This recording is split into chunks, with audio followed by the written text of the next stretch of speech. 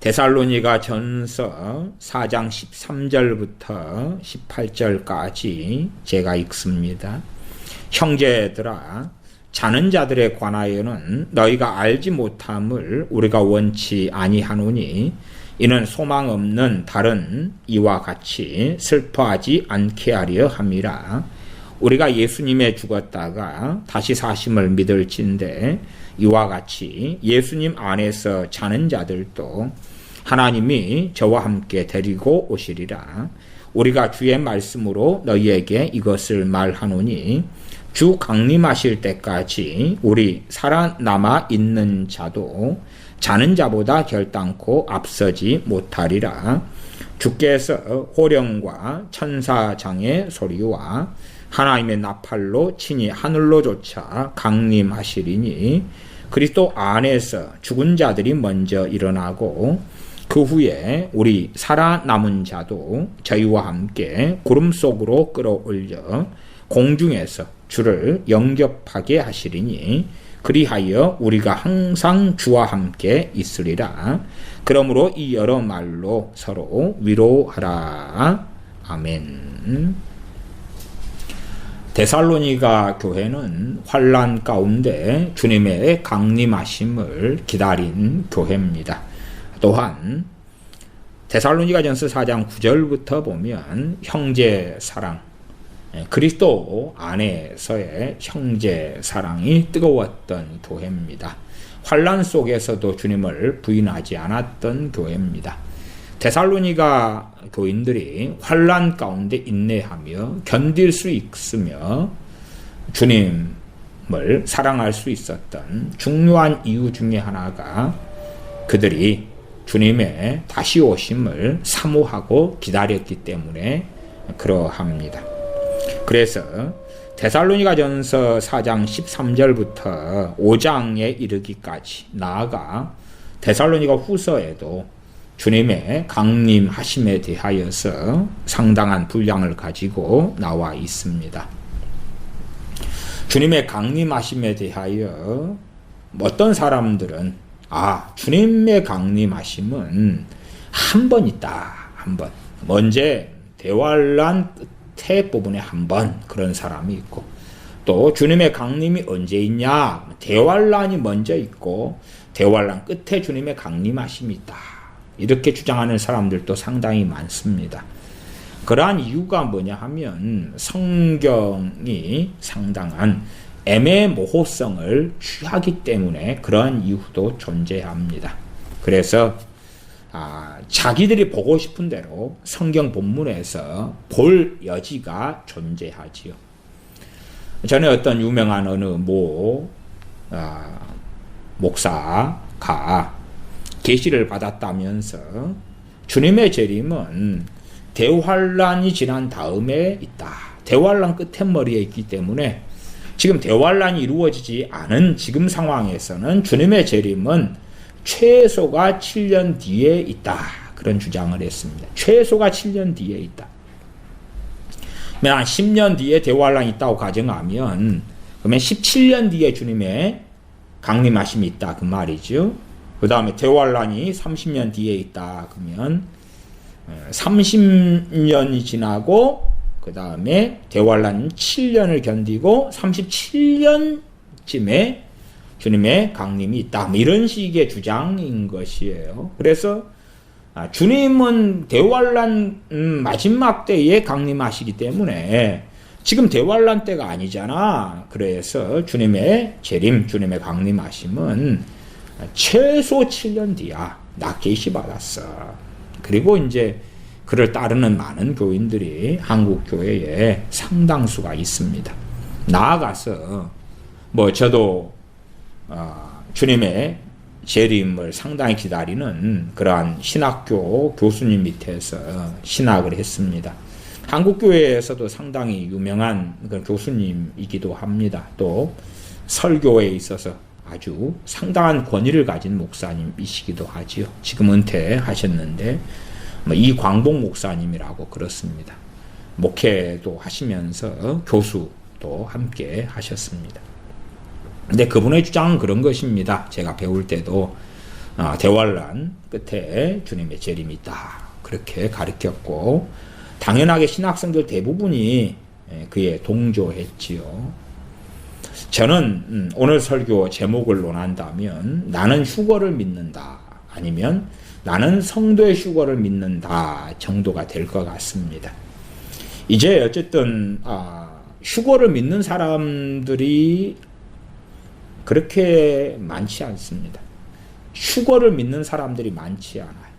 물론 성경은 휴거를 말씀하고 있습니다. 근데 이제 제가 말씀드린 휴거는 환란 전 휴거입니다. 대환란 전에 휴거를 믿는다 그 말입니다. 대환란이 끝에에 휴거가 있다 그게 아니라 환란 전 휴거를 믿습니다. 상식적으로 생각해 보십시오.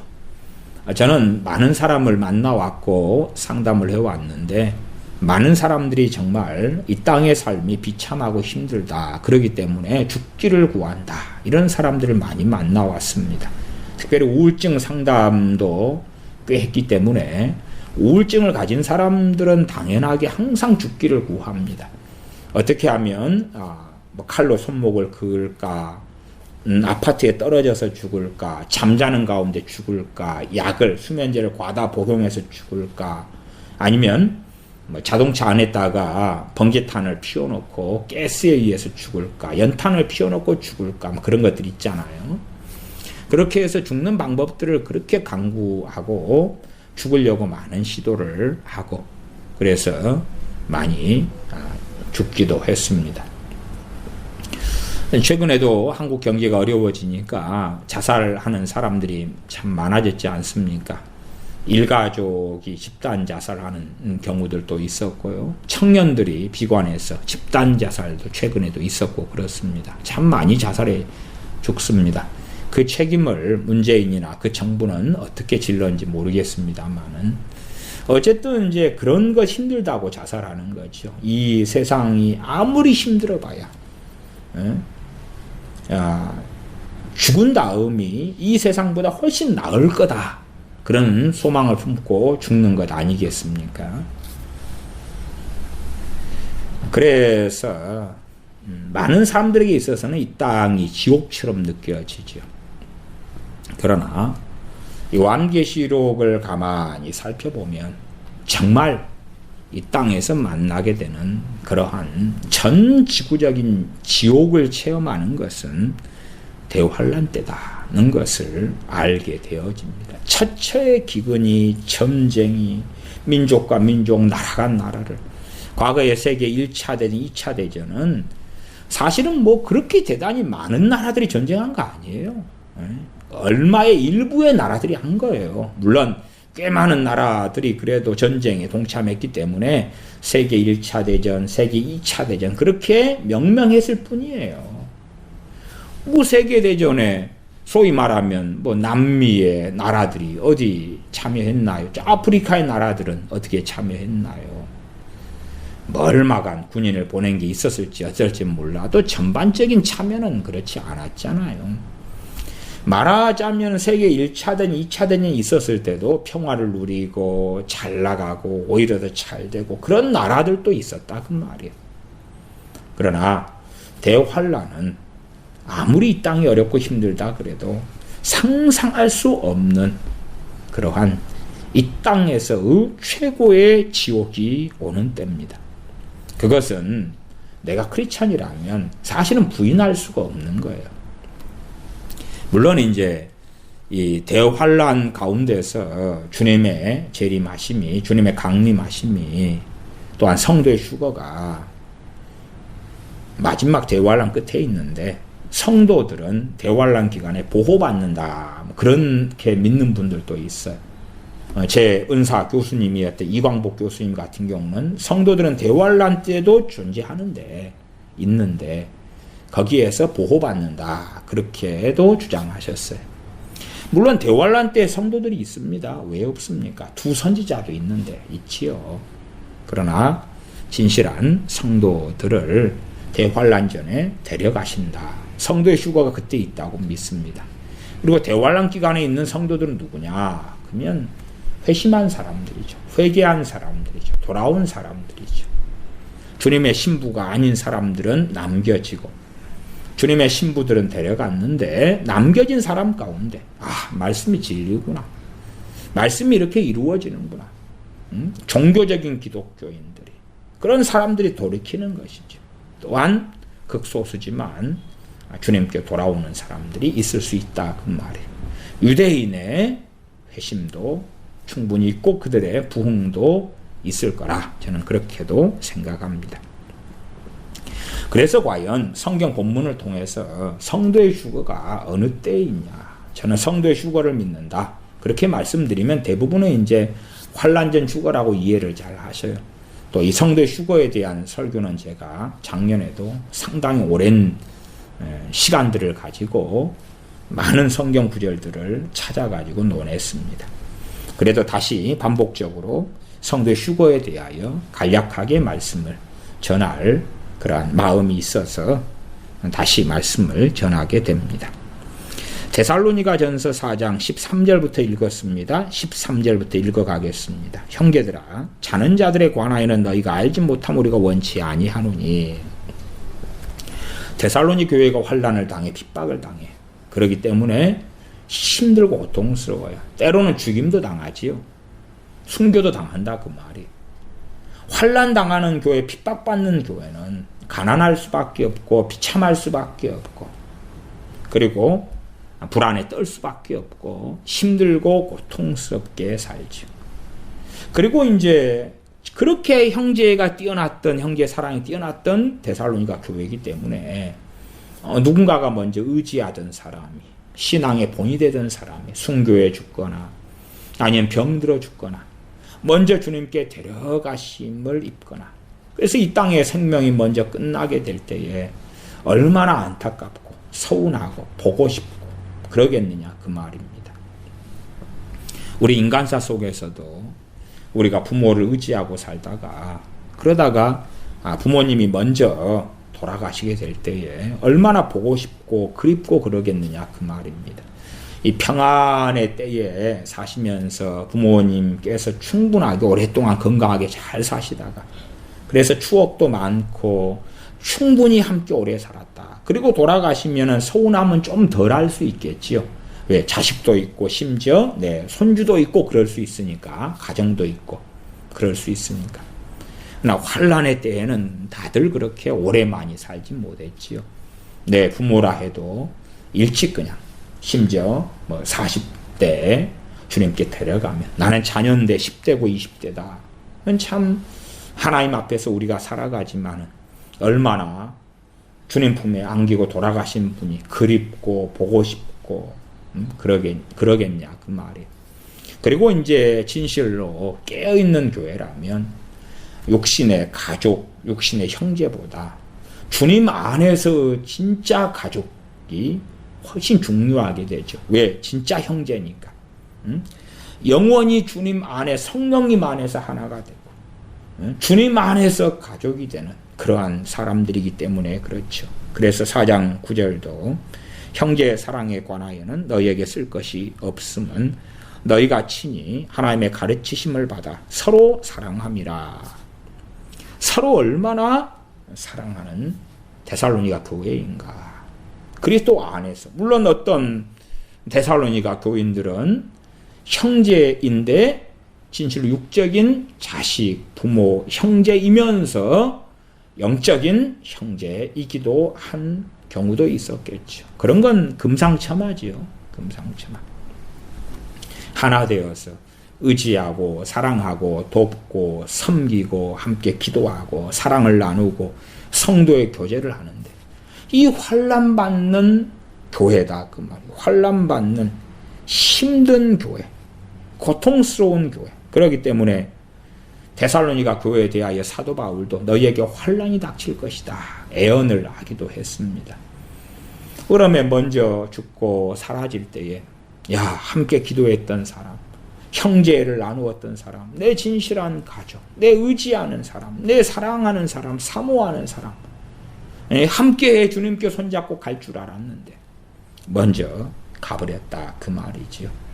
그렇기 때문에 이 데살로니가 교인들의 안타까움과 탄식 중에 하나는 먼저 주님께 간 사람들입니다. 그렇기 때문에 또한 주님의 재림, 강림하심과 성도의 휴거가 맞물려서 이 말씀이 기록돼 나오는 것입니다. 우리 입장에서는 뭐 조금은 이해할 수 있어도 아주 많은 부분까지는 이해 못할 수도 있겠습니다. 아주 많은 부분까지는요.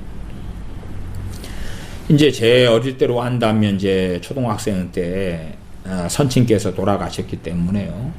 돌아가신 다음에 초등학생 때 과거에는 이제 지금도 뭐 그러겠습니다만은 수업이 끝나면은 다 나눠가지고 자기 청소 구역이 있었어요. 반 아이들이 60 몇 명이었는데 누구는 유리창 청소하고 누구는 바닥 청소하고 누구는 또 화장실 청소하고 누구는 운동장, 화단 이렇게 나누는데 저는 그때 유리창 청소를 하고 있었는데 아버지 돌아가신 다음에 얼마 되지 않았는데 계속 눈에 눈물이 흐르는 거예요. 그냥 아무 생각이 없고 멍한 상태에서 눈에 눈물만 계속 흘러요. 왜 내 눈에서 이렇게 눈물이 계속 흐르지? 왜 이러지? 왜 이러지? 아버지 때문에 그런 거지. 아버지가 돌아가셨기 때문에 그러죠.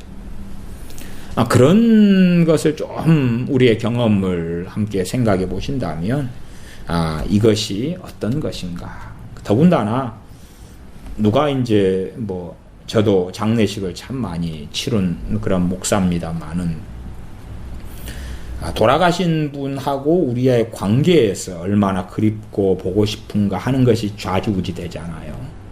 상당히 많은 사람들에게 귀신이 침입하고 들어가는, 악한 영이 침입하고 들어가는 이유 중에 하나도 고인이 돌아가셔서 천국과 지옥으로 가버린 다음에 고인에게 역사하던 귀신은 그대로 남아있거든요. 그러니까 그리워하고 보고 싶고 막 그런 사람들 위주로 중심으로 악한 귀신이 들어갑니다.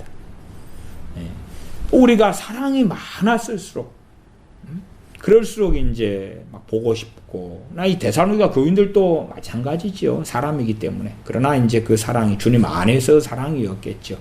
그럼에도 육신을 가지고 살기 때문에 정말 사랑이 많았을수록 못 해준 것도 아쉽고, 덜 섬긴 것도, 덜 사랑한 것도, 덜 교제한 것도, 또한 함께 더 아름다운 추억을 남기지 못한 것도 안타깝고 그러지 않겠습니까? 현대 문화적으로 조금 이야기하는 것입니다. 주님 안에서 그렇게 함께 헐벗고 함께 굶주리고 조강지체 이야기도 하지 않습니까? 어려웠을 때 그 아내, 그 다음에 이제 배가 불러버리니까 아내를 버리는 거죠. 조강지체를 버리면 천벌을 받는다 그랬나요? 그런 것처럼 정말 데살로니가 교회는 핍박받고 환난받는 교회였기 때문에 그 고통 속에서 서로가 서로를 의지하고 사랑하고 섬기고 격려해주고 위로해주고 기도해주고 손을 잡고 그렇게 걸어갔던 그런데 외부적인 이유든 아니면 개인의 어떤 영양실조, 질병, 또 노한, 외부적으로는 순교당하고 죽임당하고 그런 여러 이유 속에서 많은 하나님의 사람들이 먼저 떠났다 그 말입니다. 그러면 4장 13절에 형제들아 자는 자들에 관하여는 너희가 알지 못함 우리가 원치 아니하노니. 어쨌든 우리는 살아있으니까 이제 그래도 상당히 많은 시간, 예를 들어 우리가 한 60이라고 합시다. 그래도 평균적으로 80에 돌아가시는 건 너무 빠르고요. 대한민국의 평균 수명이 70대 후반이 된다 가정에도 평균 수명이지요. 그거는 이제 젊은 사람이 교통사고로 죽고 암으로 죽고 어릴 때 죽고 이런 것을 플러스가 평균이 되는 거니까 내가 좀 오래 산다 그러면 그래도 80 후반까지 살아야지 그 평균이 맞춰져요. 어쨌든 일반적으로 100세까지는 아니어도 심지어 80, 90세까지도 바라봅니다. 근데 60이다 그러면은 내가 정말 사랑했던 사람들이 다 갔는데 보고 싶지요. 나는 이제 은혜 속에서 주님과 함께 거하고 살지만 그러나 육신을 가진 사람이다 그 말이에요. 사도 바울도 육신을 떠나서 주님과 함께 거하는 것이 더 좋다 그러지요. 왜 이 땅에 사도 바울이 아무리 성령 충만하고 복음을 위하여 살아간다 해도 핍박받고 모욕받으며 고통받으며 죄수가 돼서 감옥에 갇히며 그것을 누가 좋아하겠는가 그 말. 이 육신의 환난과 고난을 누가 좋아해요? 어느 유머입니다. 유머인데 이제 뭐 예배 시간에 목사님이 물었다 그래요. 자, 여기에서 누구 그 원수가 없는 사람, 미워하지 않는 사람, 없는 사람 있습니까? 손 들어 보십시오. 그랬더니 어느 할아버지가 손을 번쩍 들더래요. 그러면서 아이 저 원수 없어요. 네. 왜 없냐 그랬더니 그 할아버지가 90몇 살이 돼요. 내 원수가 나보다 먼저 다 죽어버렸어. 다 죽어버려가지고 나 원수가 없어. 그래. 예? 그런 분들이야 사실은 그리움도 별로 없고 오히려 원수가 뭐가 보고 싶겠어요. 자기 주변이 다 원수였다가 다 죽었는데. 그러나 진정한 하나님의 사람들은 하나님의 사람을 살면서 함께 믿음 생활, 함께 주님을 섬기고 함께 기도하고 함께 사랑을 나누고 함께 성도의 교제를 하고 그랬던 사람들이 적더라도 있을 거 아니에요. 더군다나 데살로니가 교회는 이제 현시대 교회하고는 더 다르게 더 형제 사랑으로, 더 성령 충만함으로, 더 주님 안에서 하나 된 교회이기 때문에. 근데 많은 사람이 먼저 떠나니까 살아갈 날은 구말리 창천 같은데 보고 싶고 그립고 그러죠. 그런 거에 있어서 사도 바울이 말씀을 기록하고 증거하고 있다. 그렇게 우리가 이해하시면 되겠습니다. 그래서 형제들아 자는 자들 그렇게 표현하지요. 참으로 주님 안에 산 사람들을 보편적으로 신약 성경은 잔다 표현합니다. 어느 관점이죠? 우리 관점. 말하자면 우리하고 교류할 수는 없는 거예요. 우리하고는. 누가 잠자는 사람이 있다 그러면 그 사람하고 나하고 교류는 못 하잖아요. 이 사람 잠들었으니까. 누가 수술받는데 마취를 했어요. 그러면 대화 안 되잖아요. 그러나 살아있죠. 그런 관점이에요. 잠을 자고 있는데 어떻게 볼 수는 있는데 그러나 이제 영적으로는 안 그러죠. 죽은 다음에 천국과 지옥으로 갔는데 주로 지옥에 있는 사람들 죽은 자라 그러고 보편적으로요. 그 다음에 천국에 간 사람들 자는 자라 그래요. 그러나 교제하고 만나거나 그럴 수는 없죠. 언제 보게 됩니까? 우리도 주님을 잘 섬기고 믿다가 주님 부인하지 않고 살다가 인생을 마친 다음이지요. 그런데 이제 주님을 그렇게 고대하고 사모하던 교회니까 살아있을 때에 주님의 강림하심을 기다렸다 그 말이에요. 기다렸다. 그러면 주님이 강림하실 때에 주님만 오면 어떻게 하지? 정말 그때 주님도 배웠고 싶은데 내 믿음의 형제, 내 믿음의 가족도 보고 싶다 그 말이에요. 정말 주님 안에 사랑이 있다면 그런 거죠. 나 요즘에 한국 교회에 이제 형제 사랑이라는 거 별 의미가 없어서 교인들이 서로 원수가 돼 있고 뭐 내 약점만 조금 보이면 물어 뜯으려 그러고 그러죠.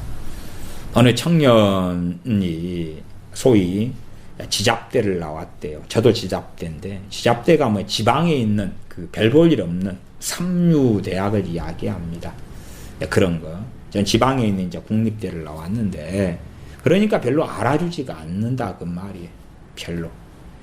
더군다나 그렇게 나오면은 주로 스펙이 별로 좋지 않고 또한 지잡대를 다녔다 그러면 사실은 공부를 그렇게 잘한 건 아니니까 그래서 좋은 기업 거의 잘 못 들어갑니다. 그러면 이제 중소기업 들어가거나 그래요. 그러면 이제 교회를 다니면은 내가 어느 회사 다니는데 그러면 크게 자랑은 못해요. 그러니까 별로 교회 생활에도 인정받기 어려워요. 그다음 배우자감으로도 중소기업 얼마나 받는데 뭐 이거 저 대기업은 지금 250만 원 같은 나이에 받는데 저 사람은 170만 원이래. 더군다나 월급도 별로 안 오른데 야근은 엄청 많이 뛴대. 뭐 에이 좀 배우자감 아니야. 교회가 이제 그렇게 됐으니까 사회적 지위 심지어는 실업 직장이 없는 실직한 이런 청년이다. 그러면은 어울리지는 못한대. 손가락질 당하니까. 아이고, 저 얼마나 무능하고 얼마나 믿음이 없고 얼마나 그러면 직장이 없어. 실직이야 무직이야. 또 교회 안에 이혼하거나 어쩌거나 뭐 그런 거 있잖아요. 뭐 그런 일들이 있으면 그러니까 형제 사랑이 아니라 이건 내 삶의 어려운 이야기, 고통스러운 이야기를 하면 판단받고 정죄받고 물론 내가 어려운 이야기를 하지만 내가 부자면 안 그래요. 부자면 사회적 지위가 있고 그러면서 젊은 시절에 어려운 이야기를 하면 자수성가하셨네. 하나님을 잘생겼고 복받았네. 그러겠지만 어려울 때에 어려운 삶으로서 삶의 현장으로서 어느 A라는 교회에서 신앙생활을 한다면 결코 쉽지 않다고 말이 쉽지 않아요. 뜨내기처럼 몰래 그냥 다니면 그나마 나은데요. 그 안에 들어가려 그러면 판단받고 정죄받고 눈충받고 이간질 당하거나 아니면 뒷말이 무성하게 돌아가는 그런 많은 것을 겪는 것이 한국 교회의 실제 상황인 것이. 그러면 데살로니가 교인들이 가지고 있던 이 궁금증은 없겠지요. 없지요. 교회 안에 누구 집사님, 누구 권사님, 누구 장로님 돌아가셨다네. 저 왼수. 그럴 거 아니. 제 알던 어느 목사님이 A라는 교회를 개척을 하셨어요. 그래가지고 교회가 이제 건축도 하고요. 꽤 성장을 했습니다. 이 알던 목사님이 왜 그러냐, 그럼 왜 좀, 이제 아냐, 그러면은 어머니하고 좀 친하시기도 했고, 그 다음에 이름이 비슷해요. 제 동생 이름하고 똑같아요. 그래서 그 목사님이 나이가 많으셔도 제 어머니가 가면 어이구 어머니 오셨나요 농담도 하시고 그런 고신측 목사님이셨는데 어쨌든 여차에 차해가지고 교회에서 쫓겨나셨어요. 자기가 세우고 개척하고 성장까지 한 교회에서 쫓겨났어요. 그리고 이제 저기 다른 나라에 좀 갔다가 소위 거기서 여관에서 그냥 객사하셨어요. 객사하셨어요. 그냥 교인들은 쫓아냈죠. 싫으니까 쫓아냈죠. 저 목사님이 이제 아이고 너무 고통스러워요. 부끄럽잖아요. 평생 읽어왔던 교회에서 존경받지는 못하고 어쨌든 쫓겨났어요. 그래서 이제 한국에 있기 그러니까 이제 필리핀으로 가셨다가 여관에서 돌아가셨던가 그래요. 그러면 그 교인들 입장에서 뭐 보고 싶겠어요? 에이고 저 인간 쫓아냈더니 저렇게 객사했구나. 잘 죽었다. 그리고 관심도 없겠죠. 에이고 쩌쩌쩌 우리가 옳았어. 너희가 당신이 그런 사람이기 때문에 그 저주를 받아서 객사하고 죽은 거 아니야. 우리가 옳았어. 당신 잘 죽었구만. 그런 사람도 많이 있었을 거다 그 말이에요. 쫓아낸 사람들이 교인들이니까. 이게 형제라는 것은 사실은 뭐 그렇기 때문에 이런 4장 13절을 볼 때는 기껏해야 내 가족 이렇게 정도에서 끝나겠지요. 데살로니가 교인들이 가졌던 형제가 없으니까 내 가족 아이고 내 어머니 예수 믿고 돌아가셨는데 내 어머니 언제쯤이나 뵐 수 있을까 그립네 뭐 그 정도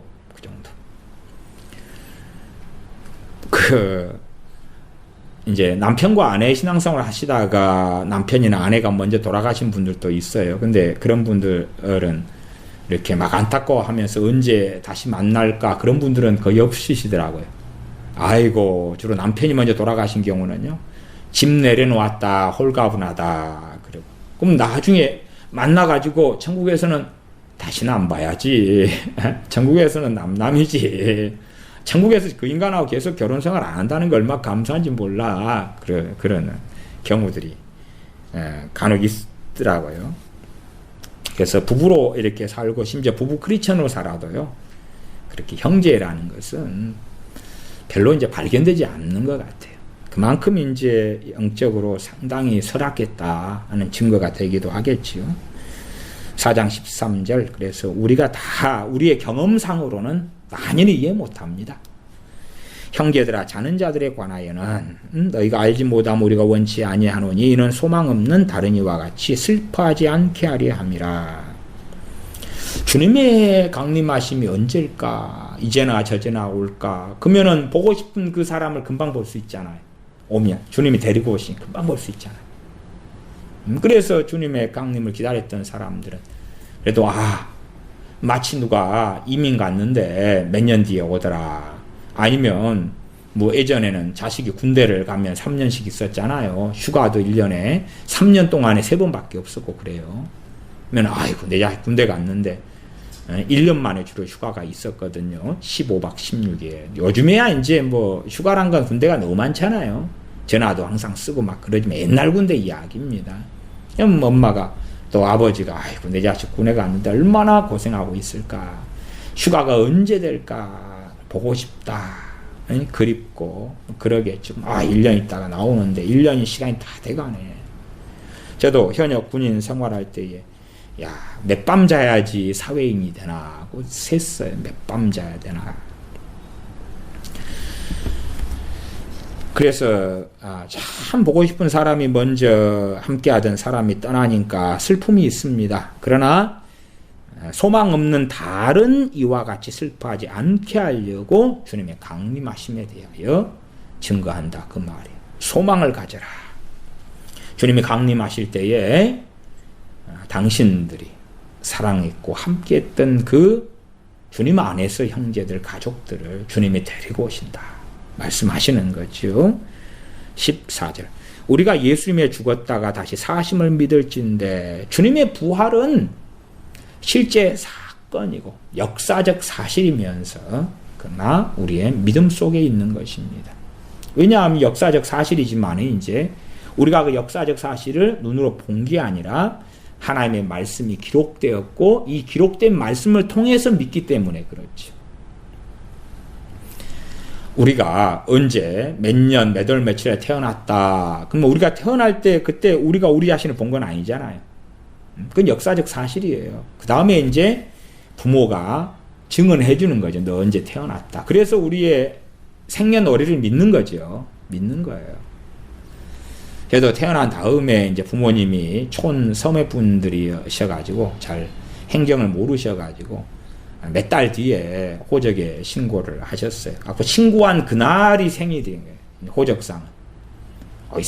태어난 날을 갖다가 신고를 하셔야 되는데 동사무소 직원도 언제 태어났나요? 제대로 안 물었을까요? 그래서 제 때에는 주로 이제 신고하면은 신고한 그날이 호적상의 생일이 돼요. 저도 신고한 그날이 돼가지고 나이가 연을 넘어버렸습니다. 해가 넘어버렸어요. 계속 보면 14절이었지요. 우리가 예수님의 죽었다가 다시 사심을 믿을진데 주님의 부활을 다시 증거하면서 주님의 부활은 사실이었고 그러면서 우리가 주님의 부활을 믿고 있잖아. 성령님께서 주님의 부활이 사실이고 주님의 부활처럼 우리도 부활한다고. 죽은 자도 부활한다고 말씀이 증거하지요. 그렇기 때문에 주님의 부활의 말씀을 증거하면서 믿음을 이야기합니다. 이와 같이 예수님 안에서 자는 자들도 하나님이 저와 함께 데리고 오시리라.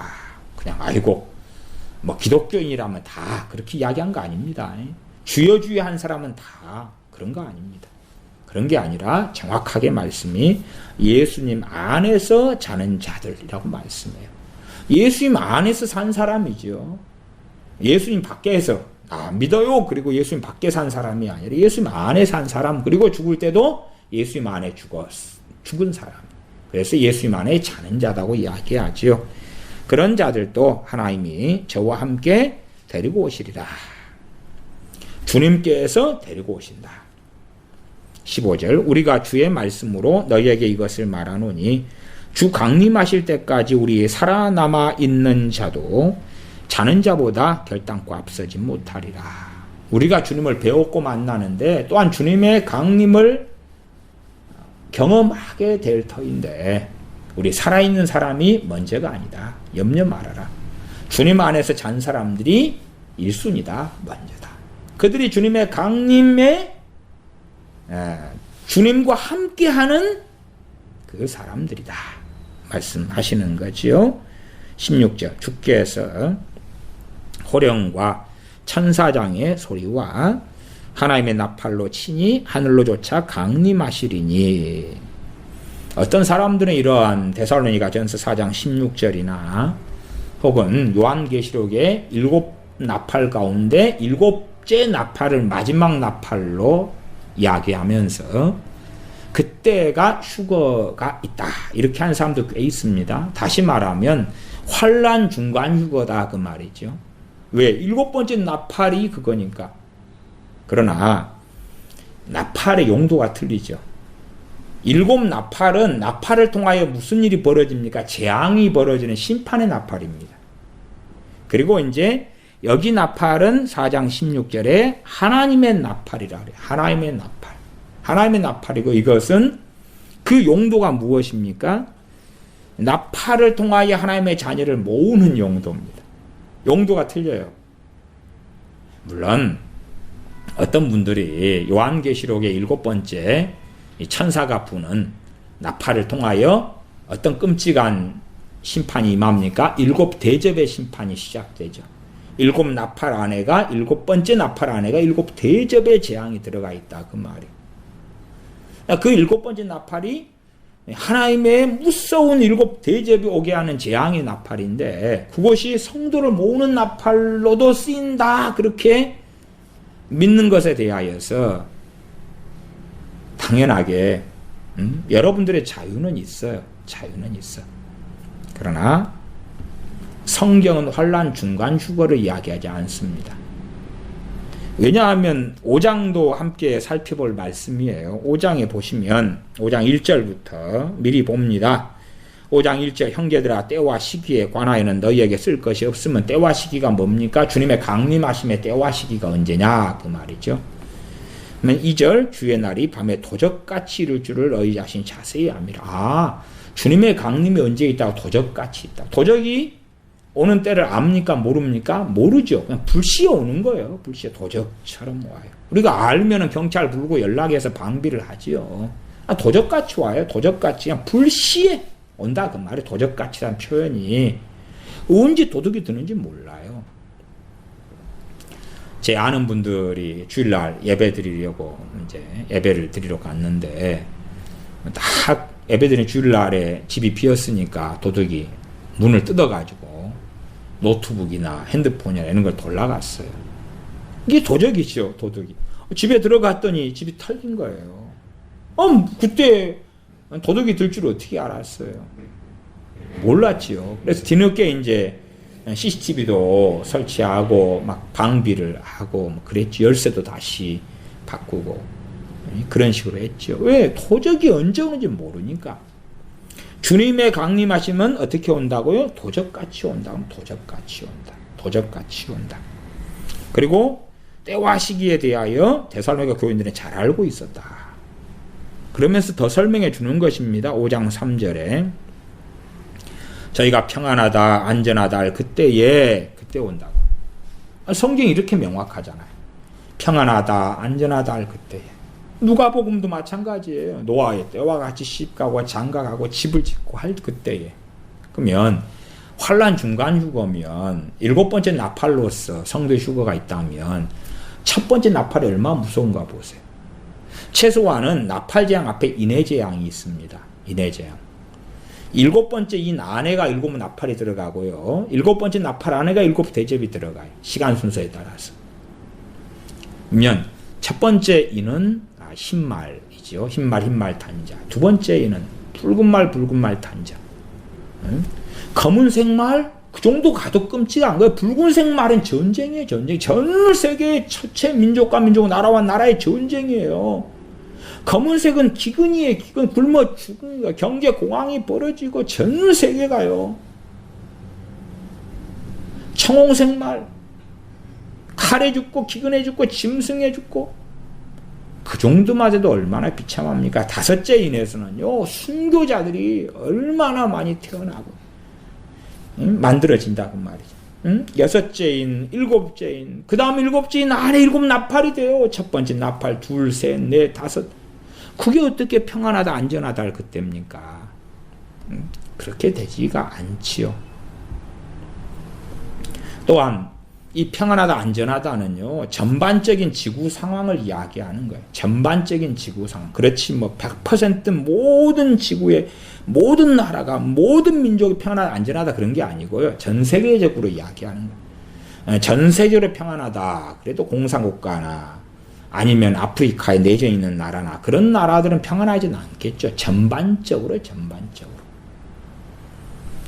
그러면 예를 들어서 7년 대환란 마지막 때 주님 강림하시고 그때 성도의 휴거가 있다. 그 다음에 이제 환란 중에 성도들을 보호하고 계신다. 보호하고 어딘가에 도피성 같은데 어딘가에 우리는 다 육신을 가지고 있는데 어딘가에 어느 땅에 먹을 것은 까마귀 통해서 어딘가에 성도들을 몇 명인지 몰라도 수백만 명 때로 수천만 명 어딘가에 어디에 그 다음에 평안하다 안전하다 할 그때는요 그러면은 그 성도들을 어디 감싸기에 싸가지고 넣어놓으면은 그럼 평안하다 안전하다 그럴지 몰라도 이 말씀은 전 세계에 공이 해당되는 말씀이에요. 그러니까 실제로 대환란 가운데 성도들을 보호해 주시는 것은 존재해요. 인을 치고 이런 거 다 있잖아요. 그러니까 그에 대해서는 성경을 통해서 우리가 전체의 모습은 다 알 수가 없어요. 왜냐하면 요한계시록에 보면 순교당하는 하나님의 자녀들에 대한 말씀들을 우리가 확인할 수 있기 때문에 그래요. 확인할 수 있어요. 하나님의 백성이니까 다 보호만 받고 있다. 그런 게 아니라는 것을 확인할 수 있기 때문에 그래요. 그래서 5장 3절에 저희가 평안하다 안전하다 할 그때에 잉태된 여자에게 해산 고통이 이름과 같이 그래도 이제 알만한 사람은 안다 그 말이. 요즘에 의학시설이 좋아가지고 언제 태어날지도 알고 또 우리가 나를 맞춰서 제왕절개 수술도 해서 태어나고 그렇습니다만은 기준은 옛날 기준으로 그 다음에 잉태된 여자에게 해산 고통이 이른다 그러면 잉태됐으니까 이거 지금 애 나올 때가 다 돼간 애가 보이고 안다 그 말. 그치요? 전 세계의 전 세계의 심각한 문제로 치다 달려가네. 그것이 보이는 거예요. 심지어 언제 터질지 모르는 거예요. 보이는 거예요. 근데 평안하고 안전한 거예요. 어떤 여자는 칠삭계 애를 낳고 실삭동이도 있고 팔삭동이도 있고 뭐 그러지 않아요. 뭐 빨리 태어나 버렸네.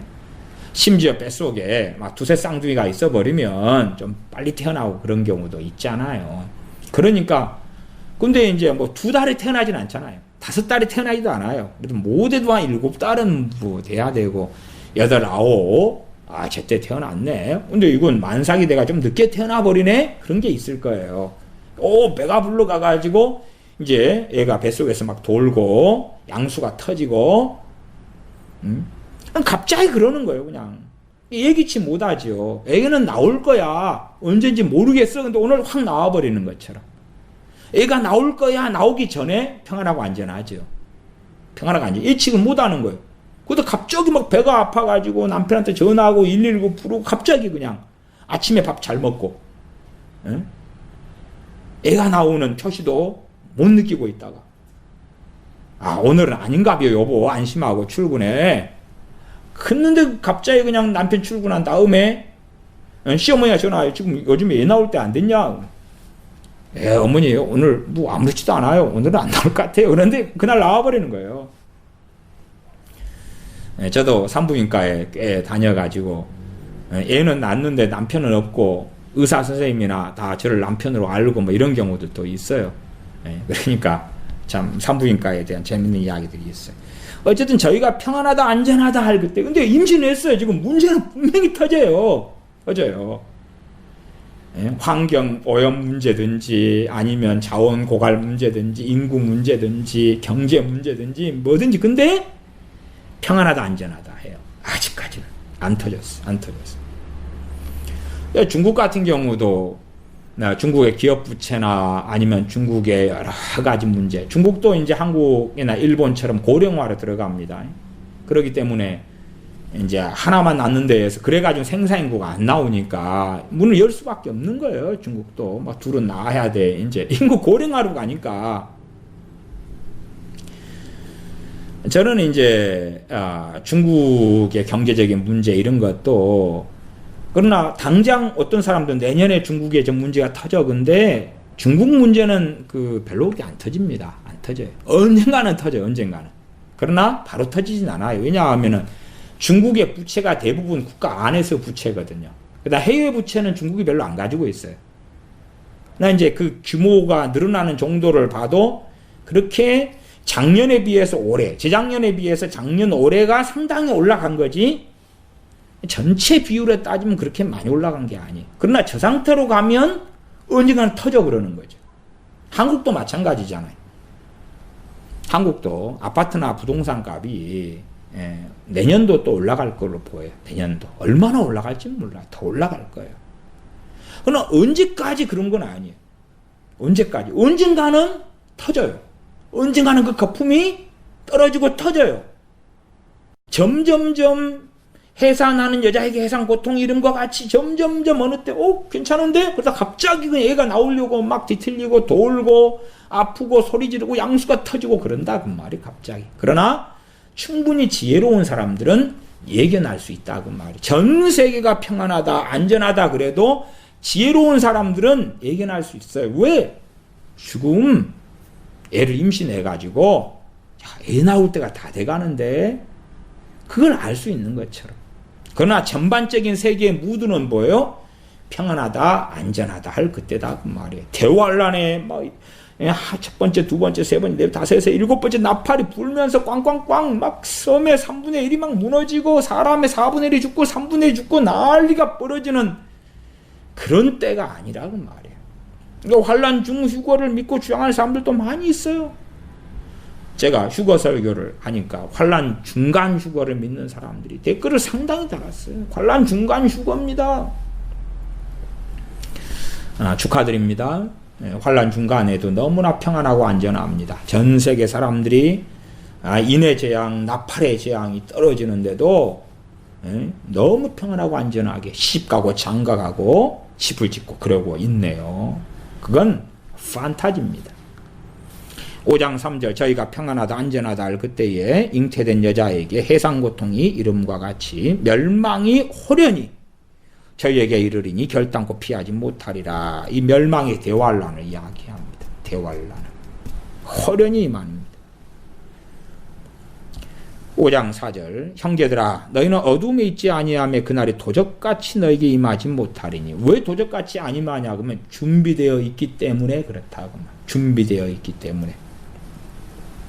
더군다나 그때를 성령의 역사하심을 통하여 어느 때 어느 날인지는 그건 아들도 모르고 천사들도 모른다고 주님 말씀하셨어요. 시대의 흘러가는 모양을 보면서 깨어있기 때문에 준비되어 있기 때문에 안다 그 말이에요. 몇 월 며칠 몇 년 그걸 아는 게 아니라 다 저어가는구나. 어느 때 조만간 주님께서 강림하시겠구나. 그런 걸 알 수 있다. 저는 그렇게 말씀드리겠습니다. 누구가요? 깨어있는 사람들이요. 그래서 도적같이 임하는 게 아니다. 6절 그러므로 우리는 다른 이들과 같이 자지 말고 오직 깨어 근신할지라. 자버리면 어찌 됩니까? 자버리면 도적같이지요. 자버리면. 그러면 여기에서 이제 질문할 수밖에 없습니다. 다른 이들과 같이 자버린다. 자버린 사람은 휴거될까 안 될까? 잠자버린 사람. 왜? 잠자버리면 도적이 와도 모르잖아요. 그런데 도적이 오는데 내가 깨어서 방비하고 있다 그 말이에요. 그러면 도적한테 안 당하지요. 그것처럼 방비가 되어 있다 그 말. 주님 맞을 준비가 되어 있다. 다른 말로 깨어 있다. 안 자고 있다 그 말이죠. 그래서 열처녀 비유가 중요한 비유가 되죠. 민난 5처녀는 기름 준비하지 않았다 그 말이에요. 열처녀가 다 깨어났습니다. 다 맨 처음에 자고 있다가 신랑이로다 맞으러 나오라 할 때에 열친이가 다 일어났어요. 누가복음 25장인가 그러지요. 근데 5처녀는 기름을 준비했고 5처녀는 준비하지 않았어요. 미련한 5처녀에 대해 주님께서 하신 말씀이 뭡니까? 문을 닫아버린 다음에 내가 너희를 알지 못하노라 그랬어요. 그러니까 잠자는 그리스도인들은 인정받지 못할 거고 이 땅의 대환란에 남겨질 거라 하는 것을 우리가 유추할 수 있어요. 아니 잠자도 주님께서 데려가신다면 잠자도 휴거된다면 그리고 괜찮아. 대신 상급마저 못 받지 뭐. 세상 즐길 거 즐기고 놀 거 놀고 세상 사랑할 거 사랑하고 죄 지을 거 짓고 내 정욕대로 살 거 살고 나 주여 주여 하고 예수 명계 뵙고 믿는데 그래도 언제 뭐 이 땅에 즐길 거 다 즐기다가 누릴 거 다 누리면서 주님 강림하시면 나도 뿅 변화돼가지고 휴거되면 되지. 괜찮아. 참 그렇게 담대한 사람들이 잠자는, 깨어있지 않은, 영적으로 잠들고 병들어버린 많은 기독교인들이 담대함을 가지고 있습니다. 그러나 말씀은 5장 6절에 그러므로 우리는 다른 이들과 같이 자지 말고 오직 깨어 근신할지라. 8절 우리는 낮에 속하였으니 근신하여 믿음과 사랑의 흉배를 붙이고 구원의 소망에 투구를 쓰자. 9절 주님의 강림이 왜 필연적으로 있어야 하느냐. 9절 하나님 우리를 세우시면 노하심에 이르게 하심이 아니, 노하심은 뭐지요? 대환란입니다. 하나님의 진노가 지구상에 쏟아지는 것이 노하심이죠. 하나님의 진노가, 그 진노를 함께 받는 사람이 되려고 우리를 세우시면 그 우리가 사도 바울이나 디모데나 이 주의 종들을 세우시고 좀 포괄적으로 한다면 우리 하나님의 자녀들을 교회로 하나님의 백성으로 세우신 것까지 노하심에 이르려 하심이 아니다. 오직 우리 주 예수 그리스도로 말미암아 구원을 얻게 하신 것이라. 구원도 죽은 다음에 천국 가냐 지옥 가냐, 천국 가는 게 구원이다 그렇게만이 아니라 대환란에서 건져지는 것도 구원이고 영생을 얻는 것도 구원이고 때론 질병이 치료되는 것도 구원이고 전쟁에서 건진받는 것도 구원이고 다양하게 사용됩니다.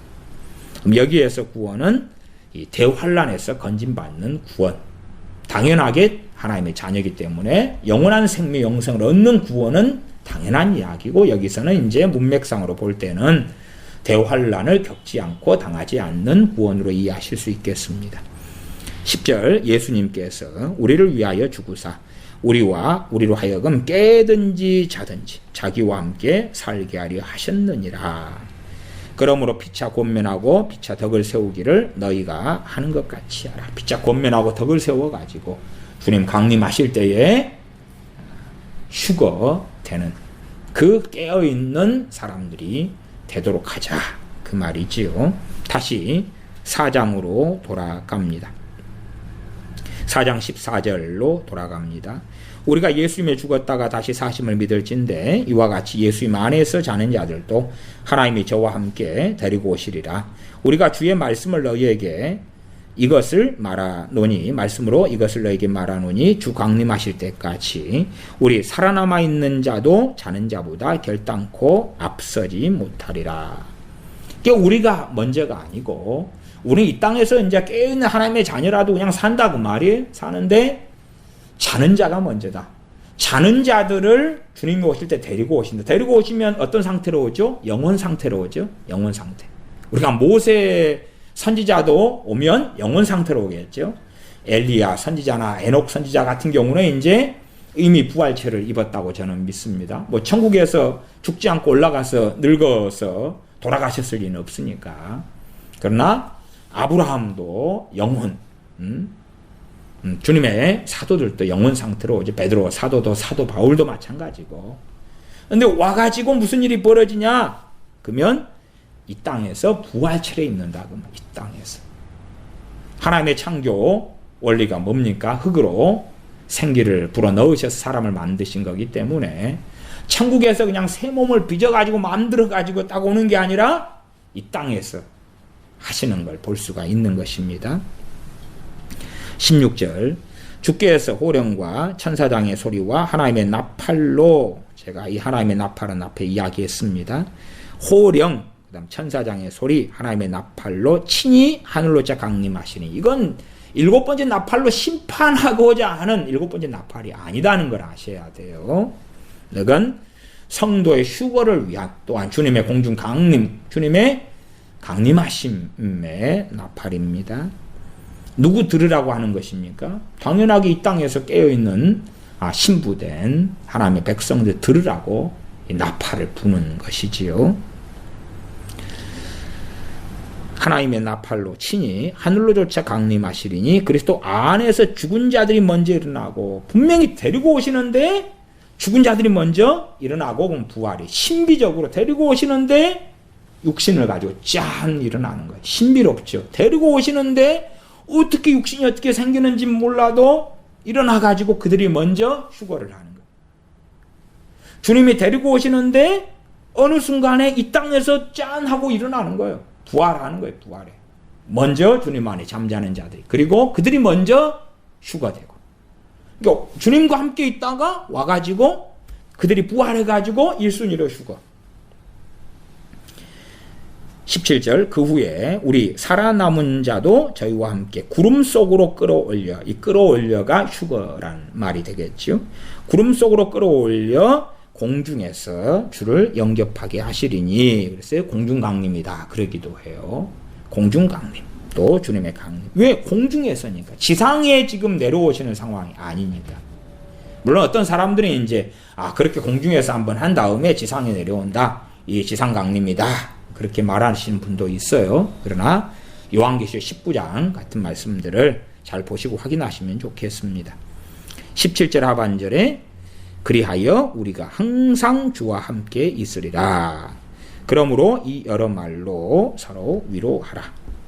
그리고 이제 앞에 말씀드렸던 5장 1절, 2절, 3절 저희가 3절 평안하다 안전하다 할 그때에 이 강림이 일어난다 그랬잖아요. 대환란 끝에도 아니고 아니면 7번째 나팔을 통하여 환란 중간도 아니고 말씀이 이렇게 좀 명확해요. 누가복음 말씀에는 더 선명하고 명확하죠. 그런데도 불구하고 나 계시 받았으니까 대환란 끝머리에 주님의 강림과 성도의 휴거가 있어. 그런 분들이 등장하고 교인들이 현혹되는 걸 보면 참 그렇습니다. 그래도 뭐 각자 선택하고 해석하고 믿을 자유는 있다고 봅니다. 그러나 저는 그것이 바른 해석이라고 안 봅니다. 저같이 이제 그렇게 많은 숫자가 아닌 사람들 가운데 성도의 휴거를 주님의 강림과 성도의 휴거를 대환란천에 믿는다. 저는 명확하게 밝힙니다. 데살로니가 후서 2장의 얼마를 보고 말씀을 마무리하겠습니다. 2장 1절부터 3절입니다. 데살로니가 전서가 먼저고 그 다음 후서지요. 그렇기 때문에 후서만 가지고 성경을 풀면 안 돼요. 전서를 먼저 알고 이해하고 전서의 맥락을 이해하는 가운데 후서예요. 후서. 전후를 바꿔버리는 게 곤란하지요. 그러면 안 되는 것이. 어떤 아이가 컸는데 먼저 중학교를 보낸 다음에 중학교 공부할 만해. 중학교 다음에 졸업해서 초등학교나 유치원 보내면 이상하잖아요. 그러면 안 되는 것이에요. 안 돼. 또 무슨 드라마가 있다 그러면 1부 먼저 하고 그 다음에 2부 하고 3부 하고 그렇게 가잖아요. 근데 2부를 먼저 하고 그 다음에 1부를 그 다음에 한다 그러면 보는 이런 관객들이 시청자들이 이거 저 왜 그래 정신 나갔나 그럴 거 아닙니까? 근데 어떤 사람들은 데살로니가 전서는 안 보고 후서만 보는 사람도 있어요. 전서의 주님의 강림과 성도의 휴거는 안 보고 후서만 봐가지고 전서를 보려는 해석하려는 거예요. 그러면 참 어리석은 사람들이 됩니다. 전서를 먼저 잘 이해하고 성도의 휴거에 대한 부분이기 때문에 제가 데살로니가 전서 4장 그 다음에 5장을 좀 봤습니다. 데살로니가 후서로 그걸 바탕으로 넘어오면서 후서 2장 1절부터 3절까지 읽어가면서 설명합니다. 형제들아 우리가 너희에게 구하는 것은 우리 주 예수 그리스도의 강림하심과 우리가 그 앞에 모임에 대하여 강림하시고 공중에 이제 휴거돼서 모이는 거죠. 휴거돼서 구름 속으로 끌려올라가 모이는 거다 그 말이. 그것에 대하여 2절 혹 영으로나 혹 말로나 혹 우리에게 받았다는 편지로나 주의 날이 이르렀다고 동심하거나 두려워하거나 하지 아니할 그것이라.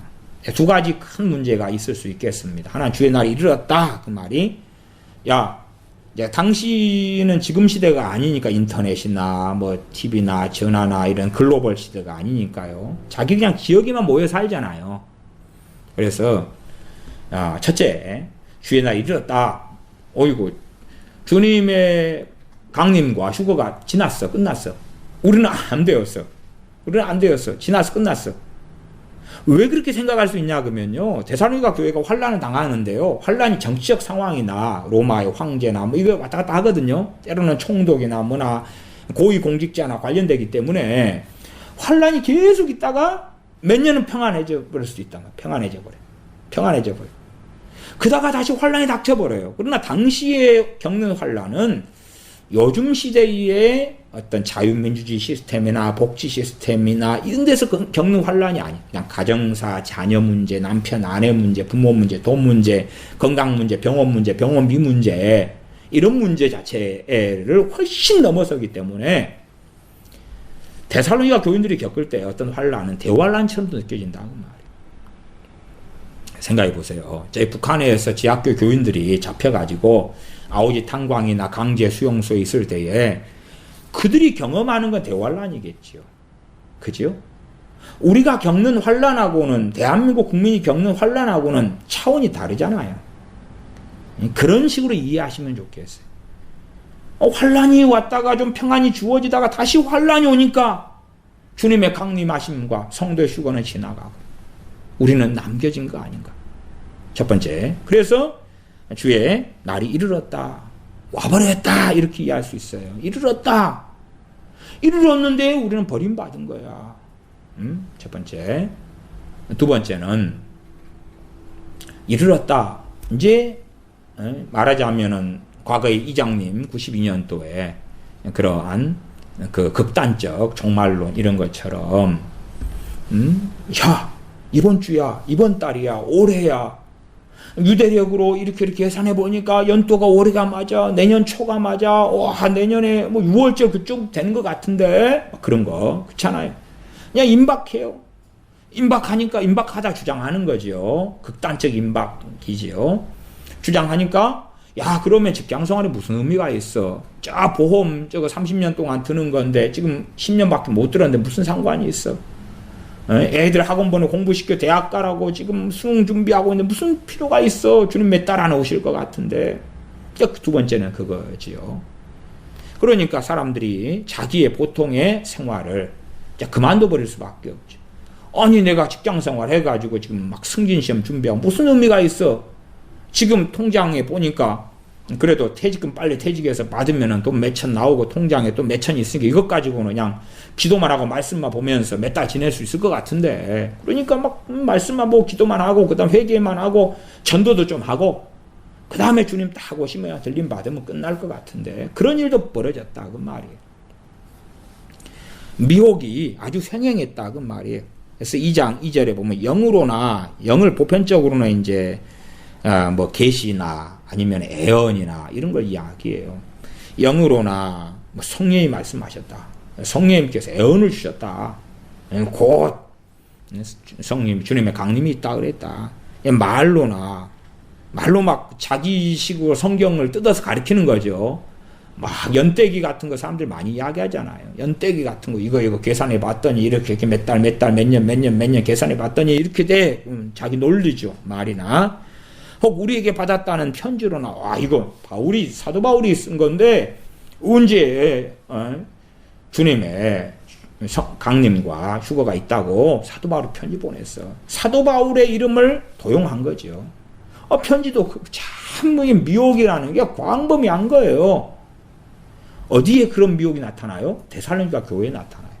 깨어있는 교회에 나타나는 거예요. 깨어있는 교회니까 하나님의 미혹은 다 원천 차단해 주시고 잘못된 것은 다 차단해주고 다 보호해가지고 깨끗하고 정결하고 아름답고 은혜롭고 좋은 말씀만 증거되고, 그런 게 아니라 깨어있는 데살로니가 교인들이 겪는 현실적인 것이 미혹이다 그 말.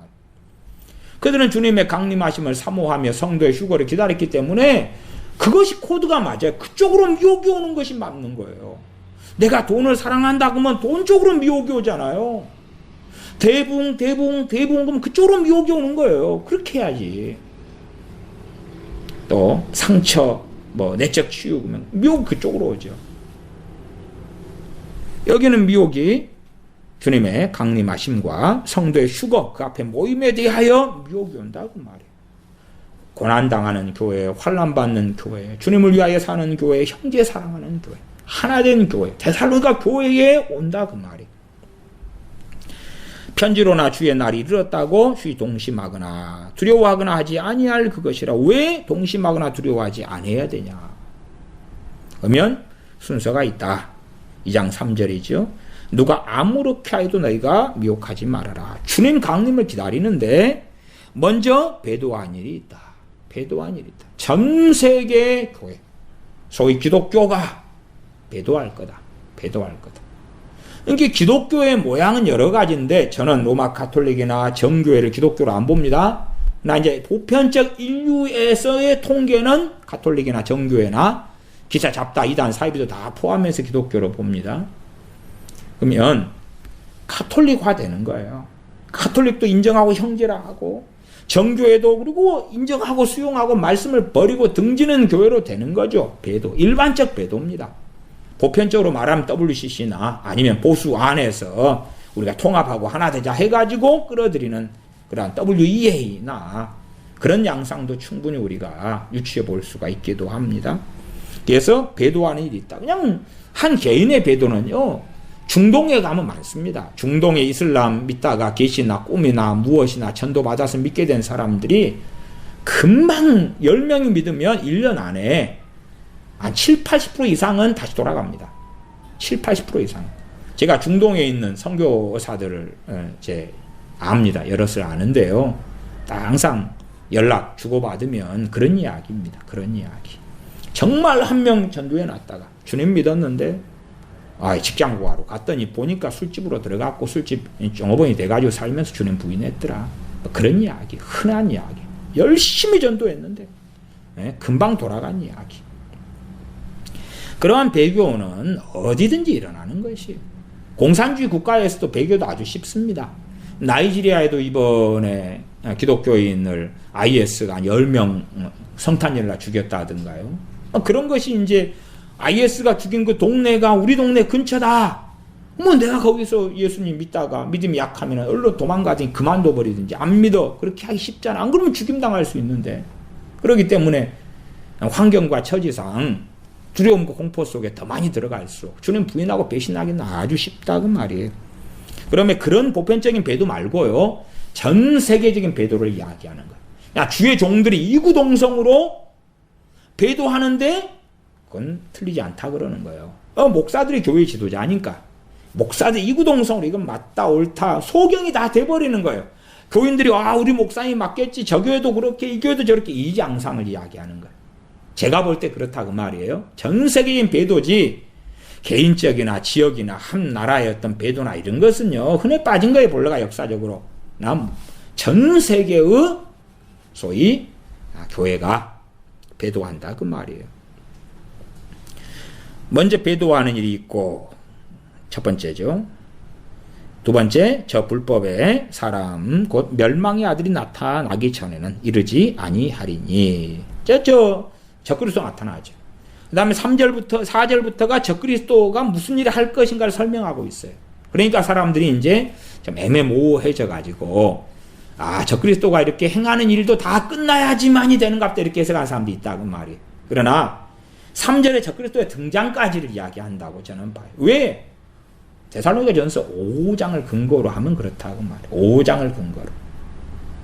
적그리스도의 등장까지. 어떤 사람은 알겠어요? 깨어있는 사람은 알 수 있을 여지가 충분히 있다고 저는 믿어요. 깨어있는 사람. 물론 지금 현재 여러 가지 루머나 여러 이유로 누가 옛날 오바마 때는 오바마가 누구 때는 누가 어쩌고 저쩌고 영국엔 누가 왕자가 누가 어쩌고 저쩌고 막 많이 있는데 그런 많은 이야기들은 시간이 지나니까 아닌가 봐요 됐잖아요. 그런 것은 이제 일부가 주장하는 것이고 적그리스도의 최소한의 등장까지. 적그리스도가 일을 다 끝내려면은 적그리스도 본격적으로 활동하는 때가 후 3년 반입니다. 후 3년 반. 그러니까 적그리스도 등장은 저는 당연하게 대환란 전으로 봅니다. 대환란 전에 적그리스도가 후 3년 반에 전 세계 권력을 다 가지려면 그게 1년, 2년 만에 다 되는 작업이 아니잖아요. 그 다음에 전 세계가 미국하고 중국이 하나가 될 수 있나요? 그 과정이 지나야 될 거 아니에요. 전 세계에 대한 권세를 짐승이 가져야 되는데, 이 적그리스도가 가져야 되는데, 그러려면 미국과 일본도 손을 잡아야 될 거 아니에요. 영국과 프랑스도 손을 잡아야 되고, 소위 한국과 북한도 손을 잡아야 되고, 다 돼야 되잖아요. 한국하고 일본도 손을 잡아야 돼요? 반일 그렇게 해가 안 되고, 그래야지만 전 세계 단일 국가 시스템처럼 변할 거 아니에요. 그러니까 그런 배도, 그다음 적그리스도의 출현까지 그런 일이 먼저 있고 그리고 주님의 강림하심과 성도의 휴거가 있다. 그러면 우리가 깨어 있어야 하는 건 당연하죠. 더군다나 이제 주님께서 이 땅에 오신 다음에 2000년 가까운 세월이 흘렀잖아요. 그래도 아직 주님은 강림하지 않으셨어요. 그러나 명확한 것은 데살로니가 교인들은 주님의 품에 돌아갔어요. 사도 바울도 주님의 품에 안겼어요. 무슨 말인지 압니까? 주님의 강림이 성도의 휴거가 지연돼도 우리가 살 날은 한계가 있다 그 말이에요. 우리는 안개처럼 들의 풀꽃처럼 주님께서 오늘 오라 그러면은 주님이 강림 안 해도 우리는 주님께 가야 되는 것이에요. 사람이 죽을 날을 어찌 압니까? 자살해 죽으려는 사람이 자기 죽을 날을 계획할 수는 있어도 보편적으로는 비행기 사고로 IS 테러로 저렇게 죽기도 하고 교통사고로 죽는 사람 얼마나 많고 그 다음에 갑자기 암이 걸렸는데 치료할 수 없다 그래서 몇 개월 이렇게 살다가 죽는 경우도 많지요. 우리의 죽음은 어쨌든 예측하고는 거리가 멀 때도 있어요. 언제 어느 때라도 주님 앞에 설 것을 준비해야 됩니다. 그럼에도 우리가 가져야 될 것은 주님 오시면 그 전에 대환란이 있고가 아니라 평안하고 안전할 그때에 시집가고 장가가고 건축하고 저 아파트값 올라가네 더 사야지 그럴 때에. 근데 조건은 미혹, 전 세계적인 미혹. 두 번째 적그리스도의 등장. 적그리스도 등장했는데 알기가 쉬운 이유가 있죠. 왜? 글로벌 시대고 인터넷 시대잖아요. 인터넷 시대. 과거에 1000년 전이다 그러면은 적그리스도가 등장해도 지구 반대편에서는 잘 알기 어려워요. 그러나 지금은 이제 유명한 사람들의 일거수일투족을 어지간하면 확인할 수 있어요. 등장하면 어지간하면 다 알 수 있어요. 인터넷이 다 되는데 구글이 다 되고 유튜브가 되고 와이파이가 되고 어지간하면 다 안다 그 말이에요. 우리는 주님의 강림을 기다리고 고대하고 주님을 만날 날을 기대하고 고대해야 합니다. 기도하겠습니다. 아버지 하나님, 주님의 강림하심을 고대하고 기다리는 하나님의 자녀들로 이 땅에 살게 하여 주시옵소서. 비록 이 땅에서 누릴 것도 먹을 것도 마실 것도 입을 것도 소유하고 가질 것도 많은 것으로 보이나 그러나 그런 것을 연연하지 아니하고 더 내려놓고 우리의 마음과 생각이 전능하신 아버지 하나님께 향하고 우리 주 예수 그리스도께 향하고 그리고 주어지는 대로 복음을 증거하고 진리를 전하고 용서하고 축복하고 사랑하고 공의를 행하다가 주님 강림하실 때에 들림받게 은혜를 주시옵소서. 우리 주 예수님의 이름으로 기도하옵나이다. 아멘.